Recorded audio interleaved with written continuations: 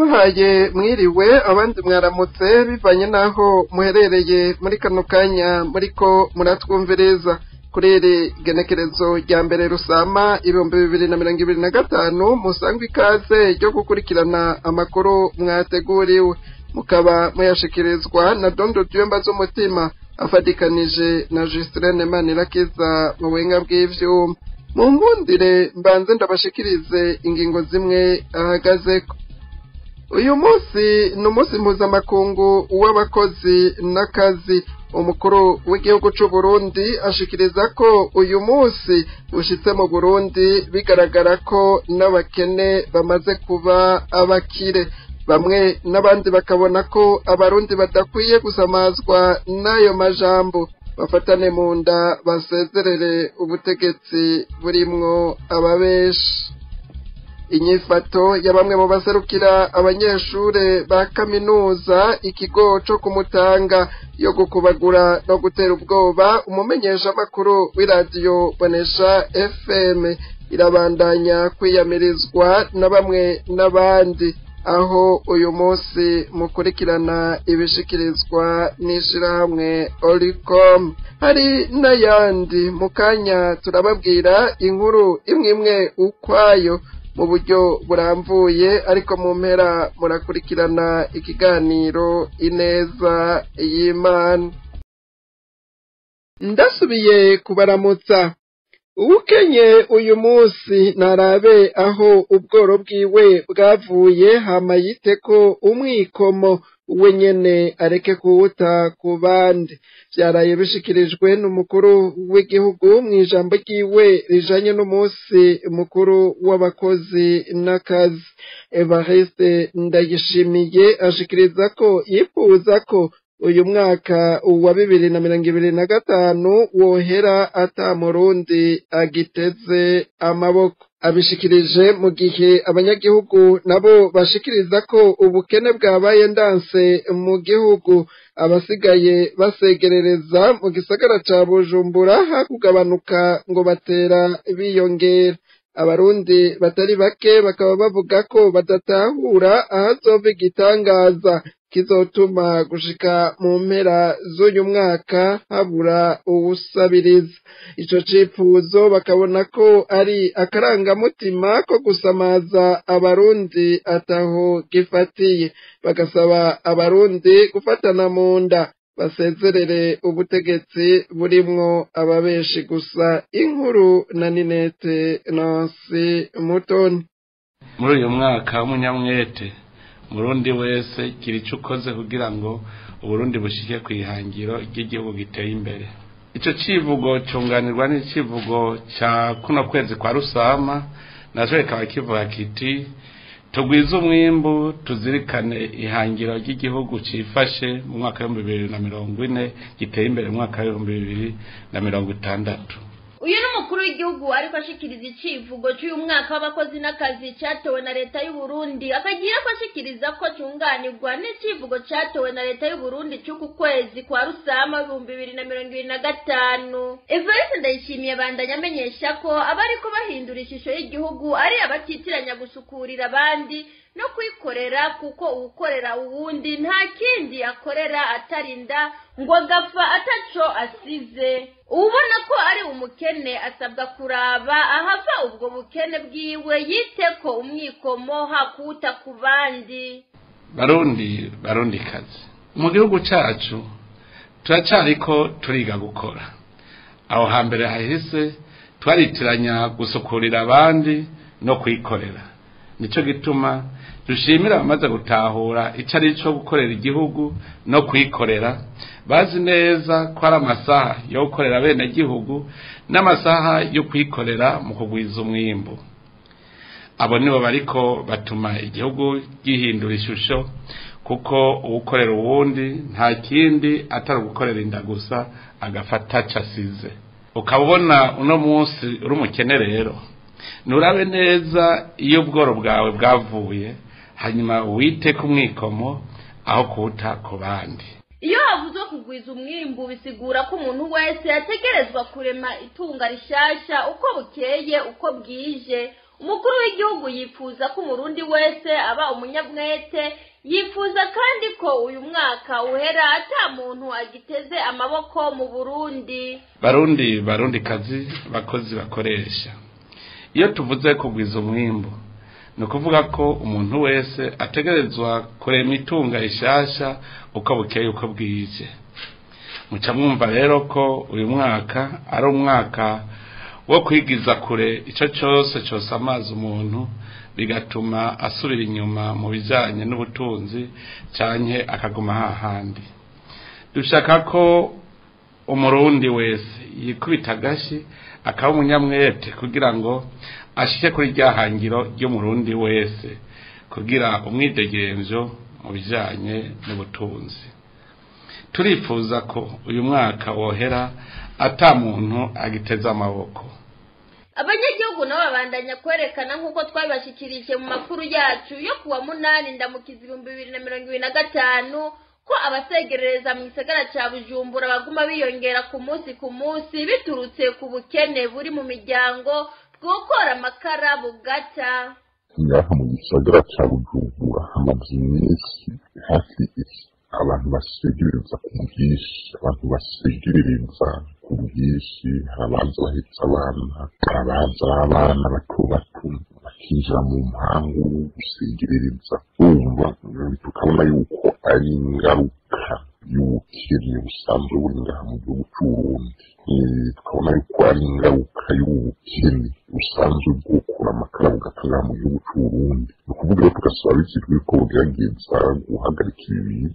Ni ukuvuga haraza abana, haraza abakuze, kandi haza abana gusa muri haza abakuze. Rero ibintu bisigaye biri mu makaritsiye atandukanye mu gisagara ca Bujumbura, mu za Gihosha, za Ngagara, za Kigobe, za Mutangano, za Tangasi. Ukuvuga bisigaye biri ku murindi munini.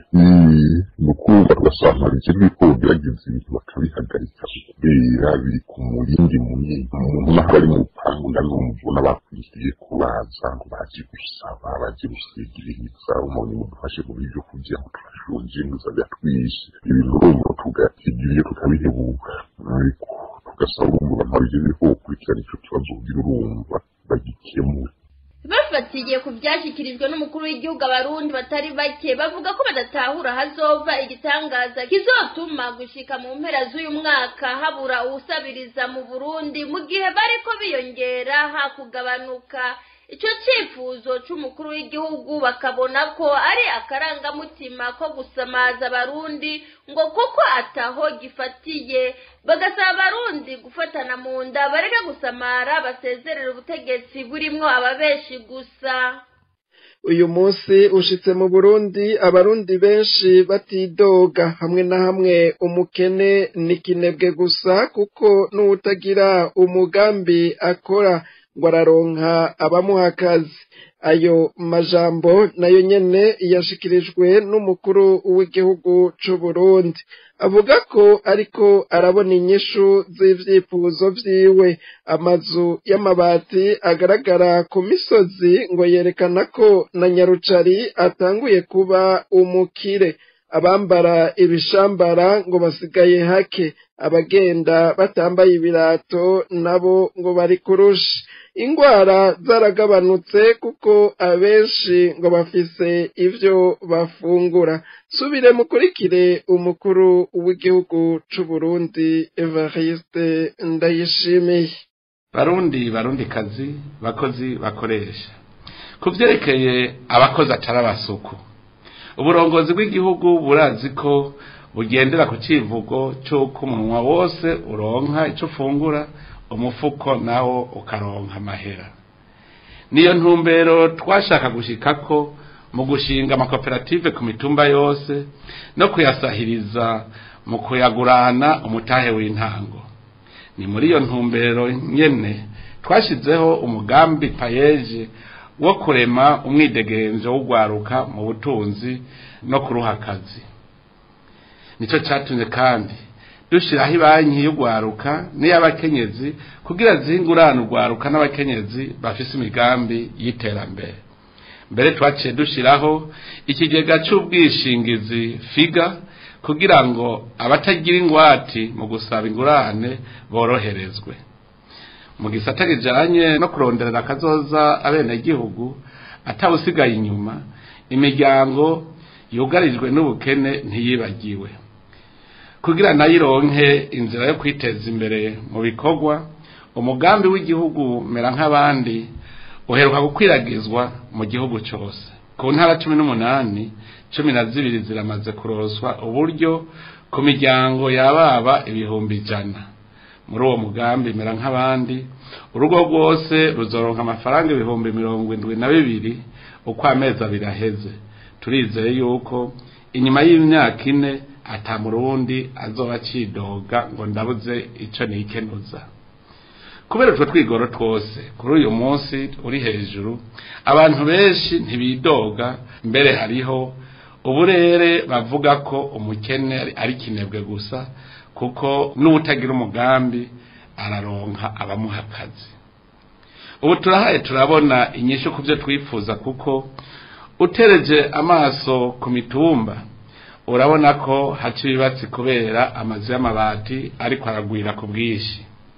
Ico ni kimenyetso kitabesha ko na Nyarucari yatanguye kumukire.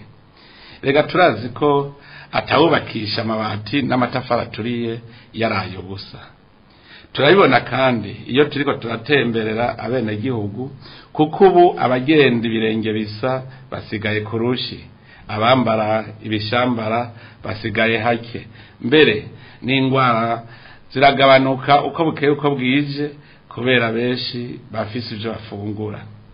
Bamwe mu banyagihugu bamenyesha ko uwo gumaza arumviriza uko umukuru w'igihugu aguma ashinyaguriza abanyagihugu bigorewe yatavugwa, ngo yosanga yamaze kugwara ingwara yo mu mutwe, bigatuma atibaza ico akwiye gukora kugira igihugu kironke indongozi zitaho ingorane z'abanyagihugu zikabafasha kuzitorera umuti. Inani mpuzamasendica Kosibu na CSB kuri uyu munsi mpuzamakungu w'abakozi n'akazi zishikiriza ko indongozi zishobora kuba ziha agaciro gato abakozi. Akazi ngo nta gaciro kagihabwa kubera imigambwe haguhiganisha abagashaka.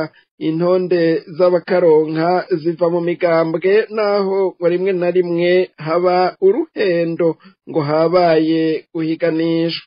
Ako karenganyo kakaba kiyamirizwa n'abakozi, ndetse iyo nyifato ngo ni ikimenyetso nabesha cerekana ko abarundi bakiri kure mu nzira yo gutera baja ku mbona kazoza Uburundi bwifashe mu mwaka w'2040 n'Uburundi buteye imbere mu mwaka w'2060. Abanyepolitike babuza abakozi kuja mu masendika ngo babikora kuko atamigambi y'iterambere baba bafise, gutyo bakaba babangamiye iterambere ry'igihugu. Hano mu gihugu cacu mu ntumbero yo kubungabunga amahoro n'umutekano mu buzi butandukanye, inani mpuzamasendica Kosibu na CSB zaba zishikiriza indongozi ingorane zitandukanye ziba ziri mu bisata bitandukanye kugira hafatwe ingingo zibereye. Ibibazo bihanze abakozi byaba bifatiye ku mishahara cyangwa kurenganurwa mu kazi kuri iki cyahe kiriya, byama byashikirijwe inzego zose zibiraba. Mugabo tukabona ko gutora inyishu z'ivyo bibazo biteba, mbere rimwe na rimwe bikishurwa n'agacerere. Ako gacerere cyangwa uko guteba kwishura ntibivuga ko ibibazo atashingiro biba bifise cyangwa biba bitasiguwe neza haba namba, ahubwo bishobora kuba biva ku ndongozi zonyene, bivuye ku gaciro gato boba baha abakozi cyahe ku zindi mvo tutarigera dushikirizwa.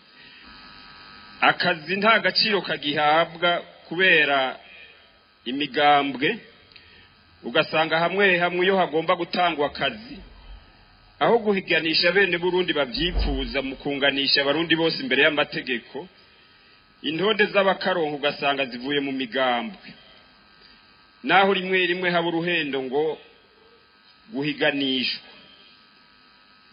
ibyo navyo bikaba biri mu karenganya abakozi biyamiriza. Iyo nifato nayo ikaba ari ikimenyetso ntabesha cerekana ko tukiri kure yo gutera tuja kuri yambona kazoza y'igihugu cacu. Uburundi bwifashe mu mwaka wa 2040 n'Uburundi buteye imbere mu mwaka wa 2060. Ikindi twovuga nuko abakozi benshi bavuga ko hari abanyamigambwe bamwe babahimiriza ngo ntibinjire mu masendika. Mwe nabo banyapolitike n'abansi biterambere binyegeza mu migambwe kuko atamigambi iterambere y'igihugu baba bafise, ahubwo baba babangamiye iterambere ry'igihugu. Nico gituma umuntu wese ari ngaha, eka n'utari ngaha mugabo ariko arakwirikirana rino jambo ukabugwanya iterambere ry'amasendika kumenye kuri ko usubiza inyuma igihugu. Tubibutse ko mu ntango z'uno mwaka wa 2025 abahurikiye muri sendika y'abaganga SMEJEB bahagaritswe agasakisaki n'iperereza ry'Uburundi ritwarirwa mu biro vy'umukuru w'igihugu, bategekwa kutagira ico bashikirije kijanye no gusaba kongera umushahara abaganga. Ni mu gihe biguma vyibonekeza ko abaganga mu Burundi bafise umushahara muto cane ugereranije n'ahandi, bagaca bahitamwo guta akazi bakigira aho bahembwa neza. Bamwe n'abandi bakaba bamenyesheje ko leta y'u Burundi ivuga ibihushanye n'ivyo ikora, kuko idakwiye gusaba abakozi kwitanga bagwiza umwimbu nayo itari bubafate neza. Inyuma yo kubamenyesha mu makuru yacu y'ejo hahise ko mw'ijoro ry'uwa 29 ndamukiza 2025 nk'igihe c'isaha 4 z'ijoro mu kirabo New Star Ibubanza, umupolisi yarashe mugenzi we hamwe n'umwigeme bari kumwe bakitaba Imana, mu nyuma nyene gukora iryo bara nawe agaca yirasa. Musitanteri wa komine Bubanza niyo nkuru Olive yaraye yandikiye mwene kirabo New Star amumenyesha ko ibikorwa vy'ico kirabo bihagaritswe. Muri iryo kete ryo kuri uyu wa 30 ndamukiza 2025 agira ati nduguruye twamugina twisunze isanganya ryabereye ku kirabo New Star Bubanza rikaba ryahitanye abantu 3.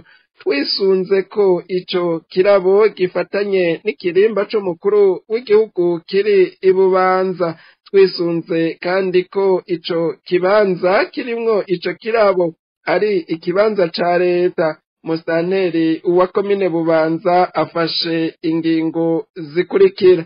Ingingo ya mbere, ikirabo New Star kiri ku mugwa mukuru wa komine Bubanza kirahagaritswe gukorera mu kibanza cahora gikoreramwo. Ingingo ya kabiri, ikirabo New Star gisabwe kurondera ahandi kija gukorera. Ingingo ya gatatu, izi ngingo zija mu ngiro umunsi zitereweko umukono Ndugaye Twamugina. Igopi y'iryo kete ikaba yarungikiwe buramatari w'intara ya Bubanza, komiseri w'igipolisi mu ntara ya Bubanza, umukuru w'inama ya komine Bubanza, komiseri w'igipolisi muri komine ya Bubanza n'umukuru wa zone Bubanza. Abanyagihugu b'Ibubanza bumvise iyo ngingo yaraye ifatiwe ico kirabo nibatahura imvo zituma ikirabo cugagwa kandi ataruhara cagize mw'iraswa ry'abo bantu, bakibaza nimba iyugagwa ryaco arico kizotuma abapolisi badasubira kugendana inkoho ngo barasane, bagasanga ni ingingo y'agakandamizo kandi itagira ifatiro, ngo naho ivyasiguwe na musitanteri wa komine Bubanza bihari navyo nyene ngo ntibijanye n'ivyabaye hamwe n'ingingo zafashwe. Ngo kubona mwene kirabo agire atakaza umurimo wari umutunze, abakozi yakoresha bagatakaza nabo nyene akazi, komine igahomba amakori n'amatagisi ikirabo cariha hejuru y'indero nke y'abajejwe umutekano.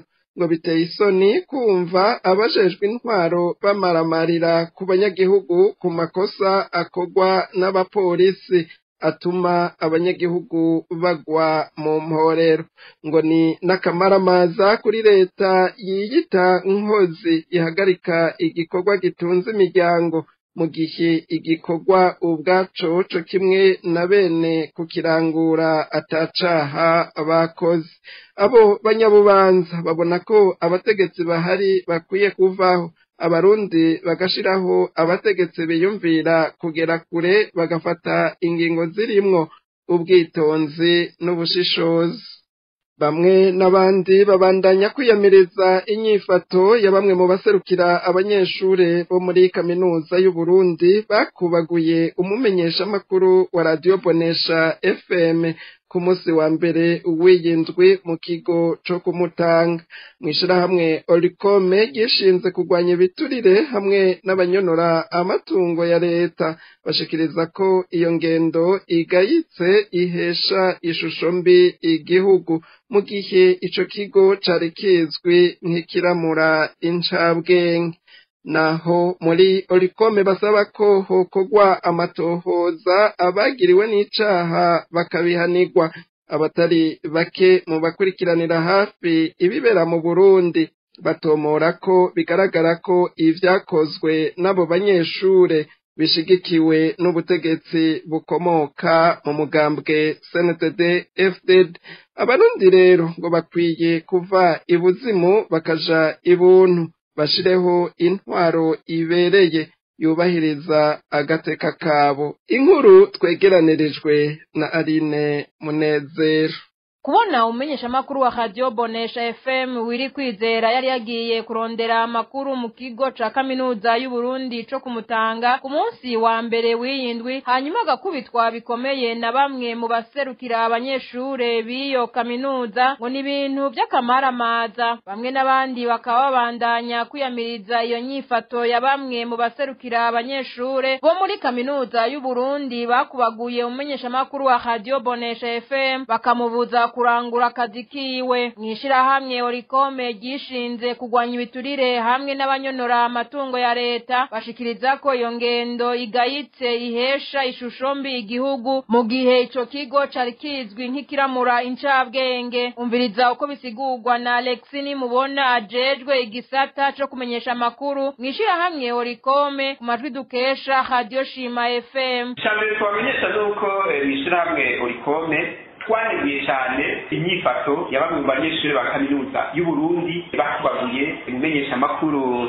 wiri kwizera akorera iradiyo Bonesha FM. Inyifato nk'iya iratosekaza ishusho y'igihugu, cyane cyane ishusho ya kaminuza y'u Burundi, kuko kaminuza y'u Burundi izwi nk'urumuri, izwi nka kaminuza iramurira igihugu. Alexini Mubona ashikiriza rero ko atari vyiza ko abantu bitegurira kuzoba indongozi baheza bakaja mu bikorwa by'ubugizi bwa nabi. Ababikoze ngo bakwiye kubibazwa. Rero mu gihe abarundi ishure bari bizigiye kuramurira igihugu, abazotegeka kino gihugu muri kazoza, ariko muri kino gihe tukabasanga mu bikorwa by'ubugizi bwa nabi, n'ikintu twovuga yuko kitari cyiza.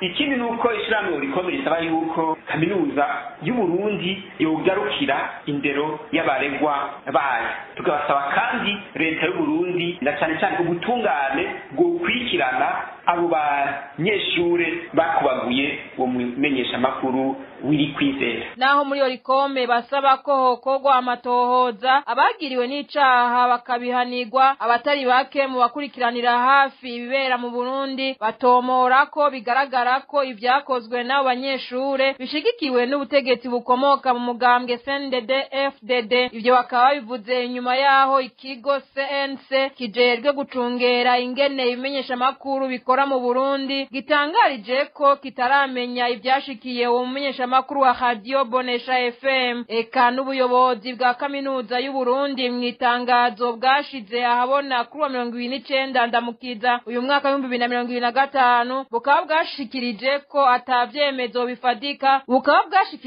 atavyemezo bifadika vyerekana ko uwo mumenyeshamakuru yasinzikarijwe ubuzima. Ku ruhande rw'ubuyobozi bwa Radio Bonesha FM ho bemeza ko bituye izo nzego zose ariko gushika ubu ntaco zirakora kugira abanyeshuri batandatu bari mu baserukira abandi bakubaguye umumenyeshamakuru wiri kwizera bafatwe bongere bakubitwe intahe mu gahanga. Abarundi rero ngo bakwiye kuva ibuzimu bakaja ibuntu bashireho intwaro ibereye yubahiriza agateka kabo. Reka mu buhinga bw'ivyuma babanze batumirira amate inyuma y'akaruhuko gato duce twinjira mu gice ca kabiri arico ca nyuma cano makuru.